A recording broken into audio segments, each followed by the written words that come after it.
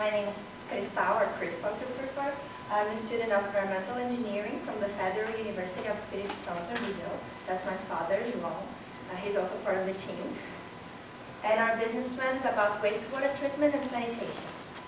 So I'm going to make a quick introduction, talk about the opportunity, make a parallel with the conventional treatment so that you can better understand the differential technology, the business itself, technology differential, a market analysis, financial analysis, and a conclusion.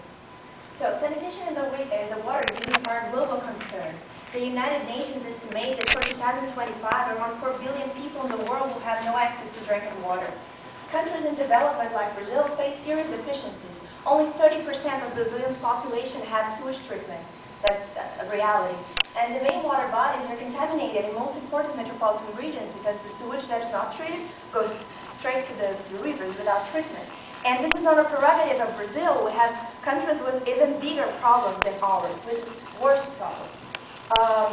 The companies, industries are also responsible for the pollution. The large ones are already treating their effluents, but small and medium business that don't have such capacity depend on transportation and outsource discharge. This model generates demand for transportation, meaning high costs. Okay, and in the state of São Paulo, only 2 companies receive and treat these so-called special effluents with contaminants, oil, emulsions, and any kinds of toxic agents. Another problem that we want to talk about is the sludge generated in the conventional treatments. Sludge is one of the most problematical issues affecting wastewater treatment in the developed world. In Brazil, it's not our biggest problem since we don't have all the sewage treatment, but in the developed world, like where you already have the treatment, the sludge is the biggest problem. And in Brazil, only a few sewage treatment plants have proper sludge management. Well, we don't even have sewage treatment. And when we have it, we don't have proper sludge management. So the opportunity is to explore the fact that the discharge of special effluents is ruled by strict laws. For example, the Article 19 of CETESB's legislation. CETESB is the environmental agency for the state of São Paulo, is one of the strongest in the country. Absence of public sewers, public network of collection, or a connection with it, because the connection with the public sewer is a responsibility of the company. So sometimes it's so expensive to build that connection that they just prefer to keep transporting and discharging outsourcedly. The sensibility of biological systems, I believe that you have a clue that the wastewater conventional treatment is based on bacteria, so depending on what's dumped into them, it's going to kill that bacterial fauna. And the lack of option for proper disposal. São Paulo is the most developed state in Brazil and only have 2 companies, and one of them receives 99% of the effluent, so there's no option for the industries. And the fact that the conventional treatment generates very wet sludge that is difficult to manage, to dehydrate, and to find proper disposal. So in the conventional treatment, it can be either biological, physical, chemical. You have a bacterial fauna that can be aerobic or anaerobic, depending if it's with oxygen or not. And the organic material is converted into carbon dioxide and methane. In the physical chemical treatment, we have chemical addition, usually polymerizers, where you flocculate the contaminant. And both of them needs to be seeded, the coagulated material or the material that is created by the bacterial fauna needs to seed, so that the sludge can be removed, and it needs to be dehydrated. The drying beds are an option, but they demand high areas, so it's more used centrifuges or press filters that demand a lot of energy to do that job. And then you have the transport and final disposal, usually on landfills. So the main problems is that each step generates a new problem in the conventional treatments. You need huge sewers because you need to collect everything. It needs a long hydraulic detention time, at least 8 hours, but it can go up to 45 days of detention time. So the sewer that comes in only comes out in at least 8 hours. So you need larger plants. Biological sensibility to toxic agents. Bad smell, I believe everybody knows what I'm talking about. The diluted sludge that is generated that needs concentration, this sludge comes out of the process with 1 to 10% of solids. So it's basically only water that you need to manage, okay? The conventional dehydration systems are capable of reaching around 25% of solids after you pass the 1% sludge through a centrifuge. You add polymer, pass through a centrifuge, and it will come out with 25% of solids. So you still have 75% of water to transport and final dispose.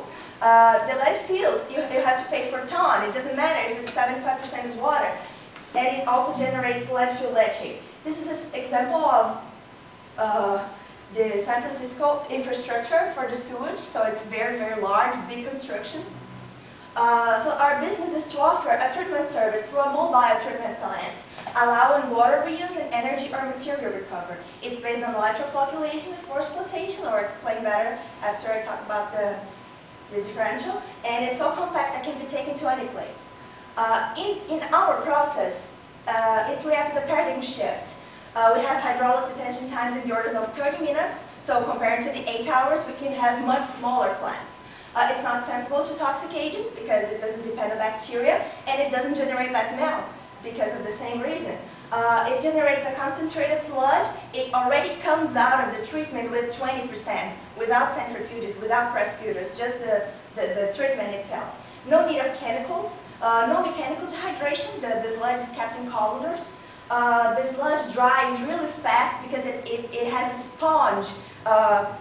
It looks like a sponge. So it's a new perspective because you can dry the sludge in like 2 or 3 days, and that's what allows you the energy recovery and the material recovery.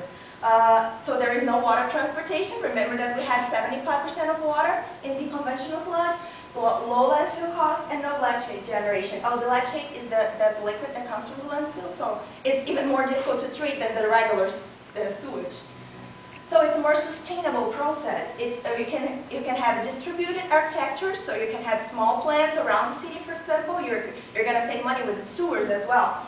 And it allows you energy and material recovery.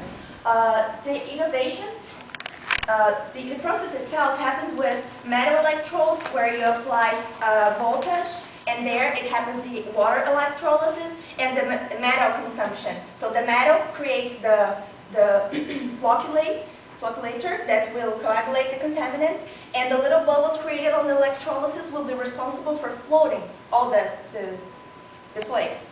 And the innovation is based on the quick consumption of the electrode, different from conventional electrocoagulation, increasing the efficiency of the flocculation and flotation. We just realized that it doesn't, the cost of the metal doesn't really matter once you have a sludge that is very easy to manage, to dehydrate and to recover the energy. This system demands an automatic system for electrode substitution, but it's also part of the patent. It's like a pistol where one electrode goes after the other once it's consumed. So we have even 90% reduction in the size of the plant, so compact it can be movable. The patent was requested in 2004, is expected for 2011. Here we have a conventional electrocoagulation plant. Each set of these electrodes weighs around 600 pounds, so it's not movable at all. And it demands high maintenance. The market will have 2 different approaches. For sewage sludge and special effluents, we had to divide it because they're very different approaches. The market for the sludge, when the sludge management exists, it corresponds to 20 to 6% of the treatment costs. And the sludge generation is about 0.1 to 8.2 liters per inhabitant per day. If you multiply that for the population of San Francisco, for example, you're going to have a lot of sludge every day. Sabesp is the biggest sanitation company in São Paulo and pays around $200 per ton of sludge generated for dehydration, transport, and proper final disposal. So the potential of GATE only in the inner state of São Paulo, that's the market where we're focusing on, where we have more access, we have more information. It's about $112 million per year. So the market for special effluents is comprised by companies that generate special effluents in all Brazilian industrial regions, mainly São Paulo. Sabesp receives around 3 million cubic meters per year, and the companies pay from 35 to 370 cubic meters dollars per cubic meter, because it depends on how distant it is from the wastewater treatment and the quality of the effluent that they're sending. So it's resulting in an average market of $15 million per year.